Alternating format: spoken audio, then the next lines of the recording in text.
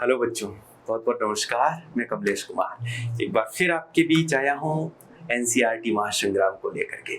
साथियों, हम लोग चर्चा कर रहे थे एनसीईआरटी के न्यूमेरिकल सेक्शन की, न्यूमेरिकल क्वेश्चंस की। आपको पता है कि हम एनसीईआरटी के अंदर जो आपके सॉल्व एग्जाम्पल के रूप में क्वेश्चंस दे रखे हैं उनको भी सॉल्व कर रहे हैं। चैप्टर जैसे ही खत्म होता है पीछे की तरफ आपके जो एक्सरसाइज दे रखी है, जो अभ्यास प्रश्न दे रखे हैं उनको भी हम लोग सॉल्व कर रहे हैं। क्लियर है ना? तो ये सेशन आपके लिए बहुत खास होने वाला है क्योंकि इसमें है क्या, एनसीईआरटी, है ना। और आपको ये भी बहुत अच्छी तरीके से पता है कि एनसीईआरटी की क्या इंपॉर्टेंस है यार। एनसीईआरटी हर कंपटीशन एग्जाम के पॉइंट ऑफ व्यू से देखा जाए तो एनसीईआरटी इंपॉर्टेंट है। चाहे वो नीट का एग्जाम हो, चाहे वो जेईई मेंस एडवांस का एग्जाम हो, चाहे वो पैरामेडिकल का एग्जाम हो, चाहे वो बीएससी नर्सिंग का एग्जाम हो, चाहे 12th बोर्ड का एग्जाम हो, आरबीएससी बोर्ड हो, चाहे सीबीएसई बोर्ड हो, किसी भी एग्जाम की अगर बात करें, even first grade second grade जो आरपीएससी फर्स्ट ग्रेड का एग्जाम करवाती केमिस्ट्री का, वहां पर भी एनसीईआरटी के क्वेश्चन लाइन टू लाइन, आप लोग ये मान के चलो कि एक पूरी के पूरा नंबर बनता है एनसीईआरटी क्वेश्चंस के। और सेकंड ग्रेड का एग्जाम है तो भी वो एनसीईआरटी से बाहर कुछ भी नहीं जाता है ना, एनसीईआरटी को कंप्लीटली फॉलो किया जाता है। तो साथियों, एनसीईआरटी आपके लिए बहुत ज्यादा इंपॉर्टेंट है और इसी वजह से मैं ये कह रहा हूं कि अपनी ये जो सीरीज है एनसीईआरटी महासंग्राम, ये आपके लिए बेहद फायदेमंद है। तो ये फायदा आप अपने साथियों तक भी पहुंचाओगे क्योंकि आप सेलेक्ट हो जाओगे, अपने दोस्तों को पीछे नहीं रहने दोगे। आप अपने दोस्तों को भी चाहोगे कि सिलेक्ट हो जाए, आपकी ये चाहत है साथियों। तो इसके लिए आपको करना क्या है, इस एनसीईआरटी महासंग्राम की सीरीज को फैलाना है भैया, है ना। मतलब आप बहुत ज्यादा शेयर करोगे इसे और अपने दोस्तों तक इस क्लास को पहुंचाने की कोशिश करोगे ताकि आपके दोस्तों को भी इस सेशन का फायदा मिल सके। तो आगाज करते हैं आज की इस क्लास का। देखिएगा, आपको पता है मैं हर सेशन में 5 क्वेश्चन एनसीईआरटी के लेके आता हूं, क्लियर है ना। उसी तरह से आज भी मैं 5 क्वेश्चन एनसीईआरटी के लेके आया हूं। कुछ क्वेश्चन इजी है, कुछ क्वेश्चन टफ है। टफ तो नहीं कह सकता हूं, लेंथी क्वेश्चन है। एनसीईआरटी के क्वेश्चन टफ नहीं है, लेंथी है।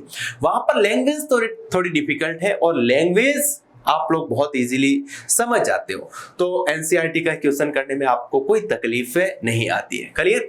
तो अगर आप हमारे चैनल पे नए हैं तो एक बार इस चैनल को सब्सक्राइब जरूर करें और वीडियो को लाइक करें, शेयर करें ताकि आपके दोस्त इसका फायदा उठा सके, है ना।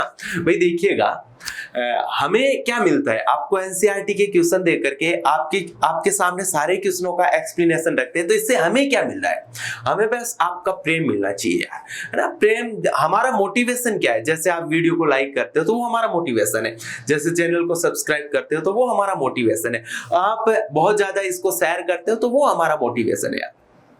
तो देखिएगा, अगर आप हमें मोटिवेट कंटिन्यू करते रहोगे तो हम बिल्कुल थकेंगे नहीं, बिना थके आपके बीच में आएंगे और इस तरह के बहुत सारे क्वेश्चंस आपके बीच में लेके आएंगे साथियों। क्लियर है ना। ये तो अभी केमिस्ट्री का मामला चल रहा है, ठीक है। आने वाले समय में मेरे द्वारा बायोलॉजी भी आपके बीच में लेके आऊंगा। मैं आपके साथ चर्चा करेंगे अपन बायोलॉजी के भी क्वेश्चनों की, और बायोलॉजी के कुछ टॉपिक है, कुछ चैप्टर अपन पढ़ेंगे जो आप लोग कमेंट बॉक्स में डालोगे कि सर हमें ये चैप्टर पढ़ना है। एक दिन एक ऐसा वीडियो लेके आऊंगा जिसमें हम लोग संपूर्ण चर्चा करेंगे बायोलॉजी के पैटर्न की। क्लियर? बायोलॉजी के बारे में चर्चा करेंगे, सिलेबस का डिस्कशन करेंगे, कौन कौन से चैप्टर आपको पढ़ने हैं, कौन कौन से चैप्टर में आपको डिफिकल्टीज लगती है, उनके बारे में भी अपन डिस्कस करेंगे और उन चैप्टरों को एक एक करके आपको पढ़ाने की मैं कोशिश करूंगा, आपको समझाने की मैं कोशिश करूंगा। तो साथियों देखिएगा, अब अपन वीडियो को स्टार्ट करते हैं। हमारा जो सेशन है बहुत खास सेशन है आज का। आइए, हमारा पहला क्वेश्चन आपके बीच में देखिएगा। क्वेश्चन क्या दे रखा है आप समझने की कोशिश करें। निम्नलिखित धातुओं को उस क्रम में व्यवस्थित कीजिए जिसमें वे एक दूसरे के लवणों के विलयनों में से प्रतिस्थापित करती हो। भाई साहब देखो, भाई साहब देखो, भाई साहब सुनो, समझने की कोशिश करना बेटा। देखिएगा, सबसे पहले आपको पता होना चाहिए इलेक्ट्रोकेमिकल सीरीज, वैद्युत रासायनिक श्रेणी आपको पता होनी चाहिए।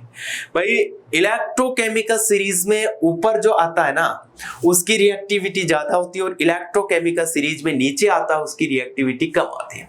तो ऊपर आने वाला ज्यादा रिएक्टिव होने के कारण कम रिएक्टिव मेटल को रिप्लेस करता है उनके सॉल्ट में से, उनके लवण सॉल्यूशन में से रिप्लेस कर देता है। क्लियर है क्या? तो आपको क्या करना है, इनको रिएक्टिविटी के ऑर्डर में व्यवस्थित करना है। सबसे ज्यादा रिएक्टिव कौन है, सबसे कम रिएक्टिव कौन है, इसके लिए आपको क्या आना चाहिए, इलेक्ट्रोकेमिकल सीरीज आपको याद होनी चाहिए। तो बेटा देखिएगा, इलेक्ट्रोकेमिकल सीरीज, ली के बाप से काका ने मांगी अलमारी, मन्नी जनरेटर, कार फ्रिज, कट्ठे को नी सनेहा, प्रभा ही कूटेगी होगी और पिटाई आऊं। ये आपके पास पूरी की पूरी इलेक्ट्रोकेमिकल सीरीज है। अब देखते हैं बेटा किस किस की बात की जा रही है। एक तो एल्यूमिनियम की बात की जा रही है, चलो बेचारा एल्यूमिनियम ये रहा। और किसकी बात की जा रही, कॉपर की, कॉपर भाई साहब ये पड़ा। चलो इसके बाद किसकी, आयरन की, आयरन भाई साहब ये रहा। अच्छा इसके अलावा किसकी बात की जा रही, मैग्नीशियम की, मैग्नीशियम मेरे भाई एल्यूमिनियम से कहाँ है, ऊपर है। इसके अलावा किसकी बात की जा रही है, जेडन की बात की जा रही है। और मेरे भाई जेडन कहाँ पर पड़ा है, यहाँ पर। तो सबसे ऊपर कौन आ रहा है, तो आप लोग इसमें देखोगे मैग्नीशियम आ रहा है। तो आप लोग क्या कहोगे, रिएक्टिविटी की बात करोगे मेरे भाई, किसकी बात करोगे, रिएक्टिविटी या क्रियाशीलता की बात करोगे। तो सबसे ज्यादा रिएक्टिव कौन होगा, तो सबसे ज्यादा रिएक्टिव कौन होगा बेटा, तो सबसे ऊपर आने वाला मैग्नीशियम। मैग्नीशियम के बाद कौन होगा बेटा, एल्यूमिनियम। एल्यूमिनियम के बाद कौन होगा, जेडन। जेडन के बाद मेरे भाई कौन होगा, आयरन। और आयरन के बाद मैं बात करूंगा कौन होगा, कॉपर। तो मैग्नीशियम सबसे ज्यादा रिएक्टिव है। इसका मतलब इनके जितने भी सॉल्ट बनेंगे ना उनमें से बाकी चारों को क्या करेगा, मैग्नीशियम रिप्लेस कर सकता है। एल्यूमिनियम मैग्नीशियम से कम रिएक्टिव है। मैग्नीशियम के सॉल्ट में से मैग्नीशियम को एल्यूमिनियम रिप्लेस नहीं कर पाएगा, लेकिन बाकी जेडन है, आयरन है, कॉपर है, इनके सॉल्ट में से इनको रिप्लेस कर देगा। बात समझ में आ रही है?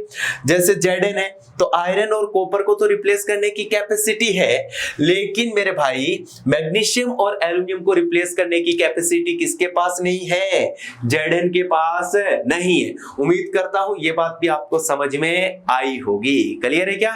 चलो तो इस तरह से आपको ये पता लगाना है कि भाई इलेक्ट्रोकेमिकल सीरीज में कौन ऊपर आता है, कौन नीचे आता है। ऊपर आने वाले की रिएक्टिविटी ज्यादा, नीचे आने वाले की रिएक्टिविटी कम। ऊपर आने वाला नीचे आने वाले को क्या करेगा बेटा, रिप्लेस करने की कैपेसिटी रखता है। क्लियर है जी? चलो अगला क्वेश्चन आपके बीच में है। अगला क्वेश्चन देखिएगा, नीचे दिए गए मानक इलेक्ट्रोड विभव के आधार पर धातुओं को उनकी बढ़ती अपचय क्षमता के क्रम में व्यवस्थित कीजिए। बेटा देखिएगा आपको क्या करना, उनकी अपचय क्षमता के आधार पर व्यवस्थित करना है। आपको एक बात बताता हूं यार, इनका एसआरपी दे रखा है, सबका क्या दे रखा है, एसआरपी। आपको बताऊं जिसका एसआरपी सबसे ज्यादा नेगेटिव दे रखा है ना उसकी अपचय क्षमता क्या होगी, सबसे ज्यादा। क्या बोला मैंने? इन सब का देखिएगा, ये किसका एसआरपी दे रखा है, पोटेशियम का दे रखा, ये सिल्वर का दे रखा, मरकरी का दे रखा, मैग्नीशियम का दे रखा, क्रोमियम का। क्या बोला मैंने? जिसका एसआरपी सबसे ज्यादा नेगेटिव उसकी अपचय क्षमता सबसे ज्यादा। बात समझ में आई ना? तो आप लोग बताओ मुझे अपचय क्षमता का सही क्रम क्या होगा, सबसे ज्यादा नेगेटिव किसका एसआरपी है? तो यहां पर पोटेशियम का इतना आ रहा है, एजी का इतना आ रहा है, यहां पर एचजी का इतना आ रहा है, यहां पर मैग्नीशियम का इतना आ रहा है और क्रोमियम का इतना आ रहा है। तो इन पांच में सबसे ज्यादा नेगेटिव मुझे पोटेशियम का दिख रहा है। पोटेशियम की अपचय क्षमता सबसे ज्यादा। उसके बाद मेरे साथी मैग्नीशियम का दिख रहा है। उसके बाद मुझे तो नजर आ रहा है मेरे भाई क्रोमियम का। उसके बाद नजर आ रहा है मरकरी का और सबसे कम नजर आ रहा है एजी का। तो सबसे ज्यादा अपचय क्षमता किसकी होगी बेटा? पोटेशियम की होगी। ये क्रम रहेगा। बहुत आसान सा प्रश्न है, बस आपको कंसेप्ट बना के रखना है। क्या कंसेप्ट बना के रखना है भाई, सबसे ज्यादा जिसका एसआरपी नेगेटिव होगा उसकी अपचायक क्षमता क्या होगी मेरे भाई, सबसे ज्यादा होगी। इस तरह से कंसेप्चुअली आप लोग तैयार करोगे तो इलेक्ट्रोकेमिस्ट्री की खोपड़ी में आप छेद करने वाले हो। क्लियर है ना, बहुत इजीली इलेक्ट्रोकेमिस्ट्री का आप लोग फतेह करने वाला हो, इलेक्ट्रोकेमिस्ट्री पर आप लोग जीत हासिल करने वाले हो। आइए बेटा अगला क्वेश्चन हम लोग डिस्कस करते हैं। क्वेश्चन क्या है भाई साहब, देखो उस गैल्वेनिक सेल को दर्शाइए जिनमें निम्नलिखित अभिक्रिया हो रही है। भाई साहब देखो ये वाली रिएक्शन हो रही है, चलो ठीक है। कौन सा इलेक्ट्रोड ऋणात्मक आवेशित है, सेल में विद्युत धारा के वाहक कौन है, और प्रत्येक इलेक्ट्रोड पर होने वाली अभिक्रिया क्या है। भाई सबसे पहले तो हमें यह पहचानना है कि इसमें एनोड की तरह कौन काम आएगा और कैथोड की तरह कौन काम आएगा। देखिएगा बेटा इसका एनोड कौन होगा और कैथोड कौन होगा।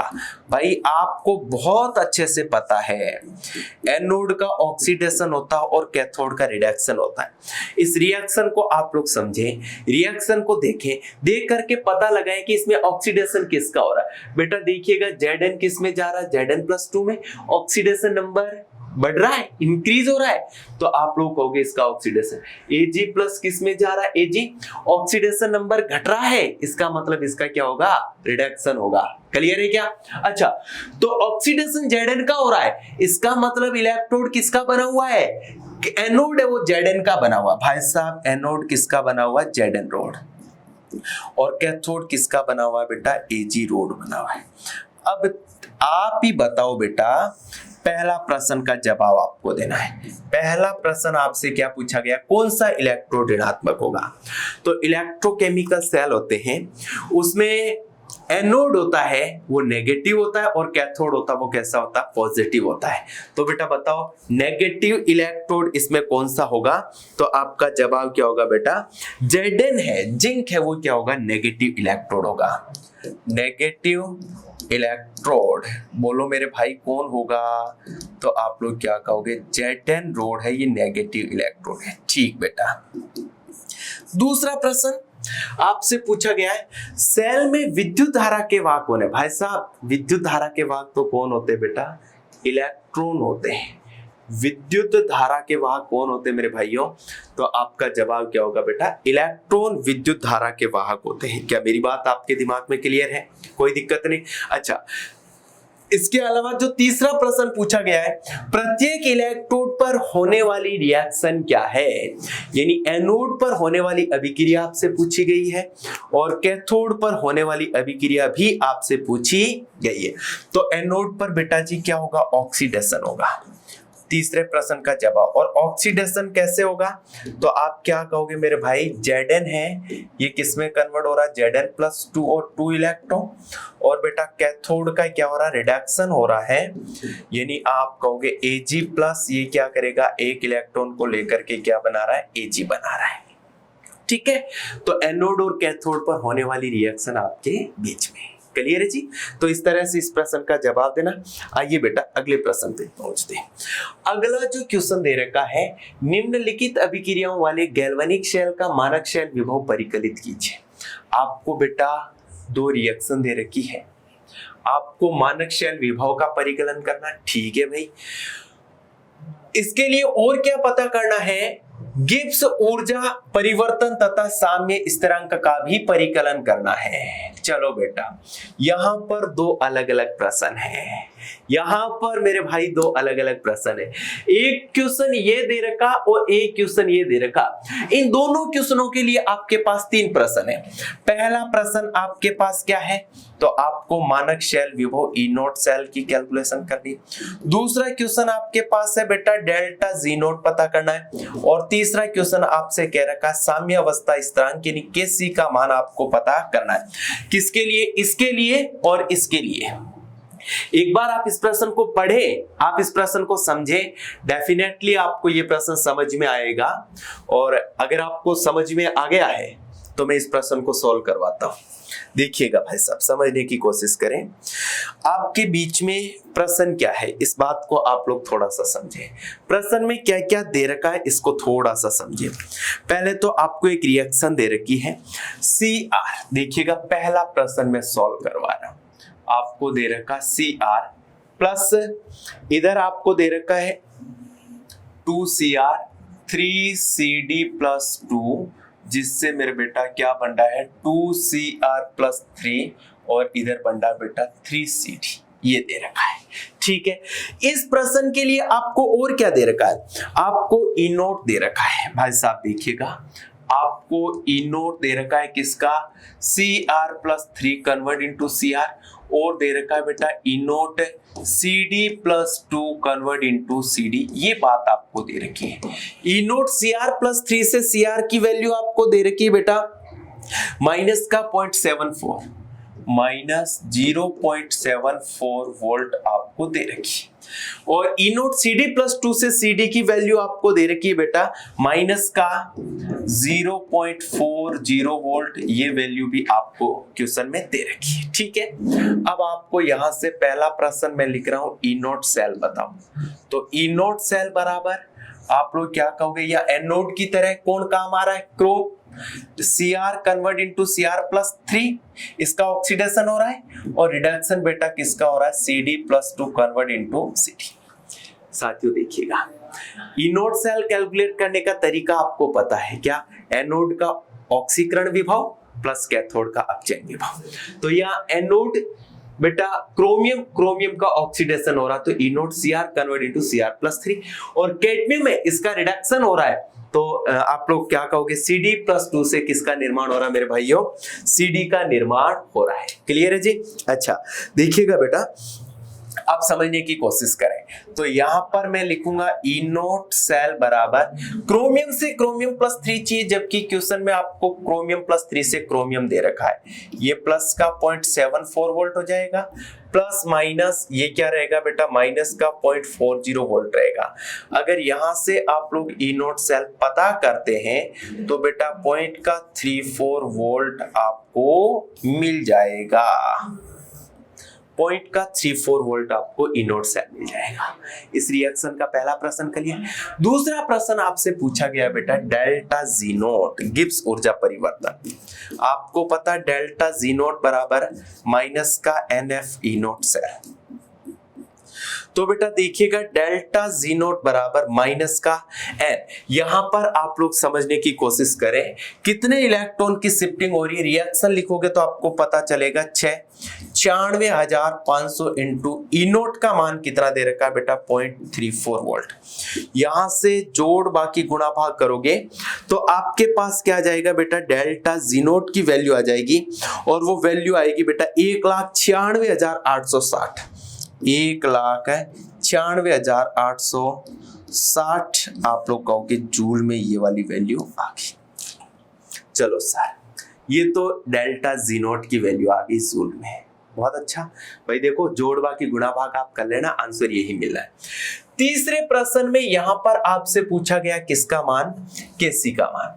तो आपको पता है डेल्टा जी नोट बराबर माइनस का 2.303 RT, इधर क्या आएगा बेटा लोग केसी आएगा, RT लोग है कैसी आएगा।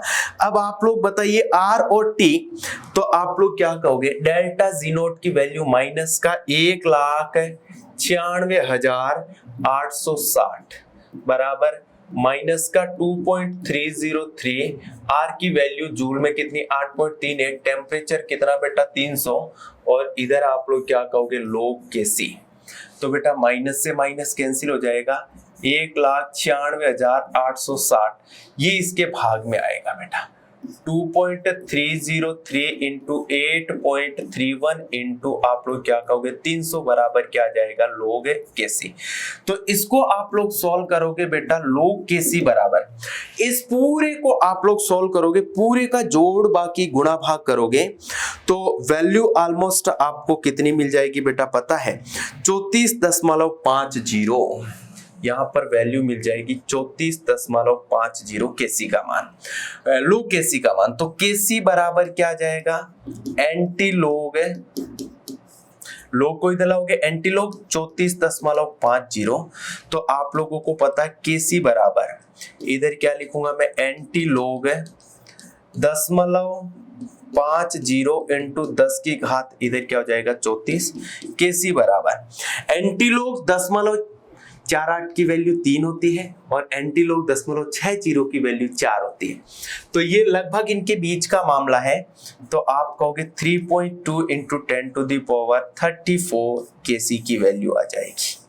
बहुत इजी प्रश्न कह सकते हो, कंसेप्चुअली प्रश्न था और उम्मीद करता हूं आपको समझ में आया होगा।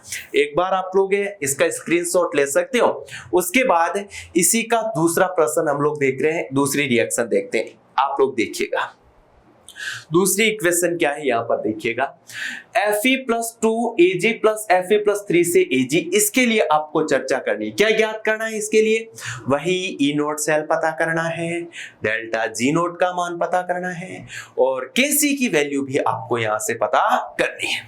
कैसे करेंगे समझने की कोशिश करें बेटा। देखिएगा आप लोगों के सामने इक्वेशंस दे रखी है Fe+2, यहां पर देखिएगा इक्वेशन नंबर 2 Fe+2 Ag+, ठीक है भाई। यहां पर क्या बना रखा है Fe+3 और इधर दे रखा है बेटा Ag। Fe+2 Fe+3 में जा रहा मतलब ऑक्सीडेशन हो रहा है और Ag+Ag में जा रहा, इसका मतलब क्या हो रहा है, रिडक्शन। आपको और क्या दे रखा है E नोट Fe+3 से Fe+2 की वैल्यू क्वेश्चन में दे रखी है और E नोट Ag+ से आपको Ag की वैल्यू भी क्वेश्चन में दे रखी है। Fe+3 से Fe+2 की वैल्यू आपको दे रखी है 0.77, Fe+3 से Fe+2 की 0.77 वोल्ट दे रखी है और इसकी वैल्यू दे रखी है 0.80 वोल्ट है। ये सारी वैल्यूज आपके पास है। क्लियर है जी। अब आप लोग सबसे पहला आपके सामने प्रश्न है भाई कि ई नोट सेल के बारे में जानकारी लेनी। ई नोट सेल किसके बराबर हो जाएगा मेरे भाई, E naught Fe+2 convert into Fe+3 plus E naught Ag+ convert into क्या जाएगा बेटा Ag। तो यहां से ई नोट सेल बराबर ई नोट Fe+2 से Fe+3, Fe+2 से Fe+3, आपको यहां पर क्या दे रखा है Fe+3 से Fe+2, उल्टा करो माइनस का 0.77 प्लस इधर का 0.80। तो यहां से आप लोग क्या कहोगे ई नोट सेल बराबर क्या बचेगा 0.03 वोल्ट, यहां पर वैल्यू आ जाएगी। उम्मीद करता हूं ये बात भी आपको समझ में आई। बहुत आसान सी बात है, ई नोट सेल की वैल्यू हमने पता कर ली। दूसरा जो प्रश्न दे रखा है इसमें, उसमें आपसे पूछा गया मेरे भाई डेल्टा जी नोट का मान। उसमें आपसे क्या पूछा गया बेटा दूसरे प्रश्न में, question number B, delta G naught. आपको पता माइनस का NF ई नोट सेल होता है, तो यहां पर डेल्टा जी नोट बराबर माइनस का कितना इलेक्ट्रॉन स्थानांतरित हो रहा है, 94,500 इंटू ई नोट सेल का मान 0.03। यहां से आप लोग डेल्टा जी नोट की वैल्यू पता करोगे तो मेरे भाई आपको मैं बता दूं कि वैल्यू आ जाएगी लगभग यहां पर जो वैल्यू देखने को मिलेगी वो मिल जाएगी बेटा 2895 जूल आपको वैल्यू देखने को मिलेगी। उम्मीद करता हूं ये बात भी आपको समझ में आई होगी। तीसरा जो प्रश्न है सी जो सेक्शन है इसका, इसमें पूछा गया केसी का मान क्या होगा। आपको पता है डेल्टा जी नोट बराबर माइनस का 2.303 RT log केसी। तो डेल्टा जी नोट का मान 2895 बराबर माइनस का 2.303 R का मान, जूल में 8.31, T का मान 300 और इधर क्या लिखोगे लोग केसी। ये पूरा इसके माइनस से माइनस कैंसिल हो गया, 2895 बट्टा 2.303 इंटू 8.31 इंटू 300 बराबर इधर क्या लिखूंगा लोग केसी। तो यहां से आप लोग कहोगे भाई लोग केसी की वैल्यू कितनी आ जाएगी। इस पूरे को आप लोग सॉल्व करोगे तो बेटा 0.50 आ जाएगी, 0.50। तो केसी बराबर लोग को उधर लेके जाओगे, एंटी लोग है 0.50 और मेरे साथी एंटी लोग 0.50 मतलब इधर कितना आ जाएगा बेटा 3.2 आ जाएगा।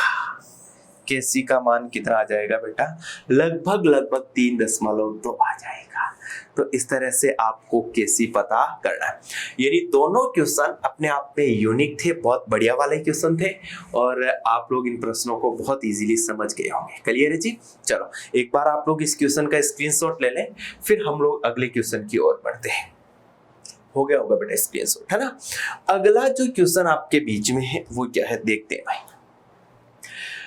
298 केल्विन पर 0.20 MkCl विलयन की चालकता 0.0248 सेंटीमीटर इनवर्स है। ठीक है बेटा, ये आपको सीमेंस सेंटीमीटर इनवर्स दे रखा है, ठीक है ना? ये आपको क्या दे रखी है, के दे रखा।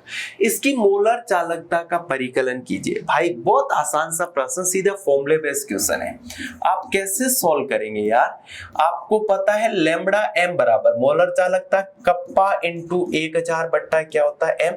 तो लैम्बडा एम बराबर के की वैल्यू 0.02485 दे रखी है, 1000 बट्टा एम की वैल्यू भी आपको दे रखी है 0.20।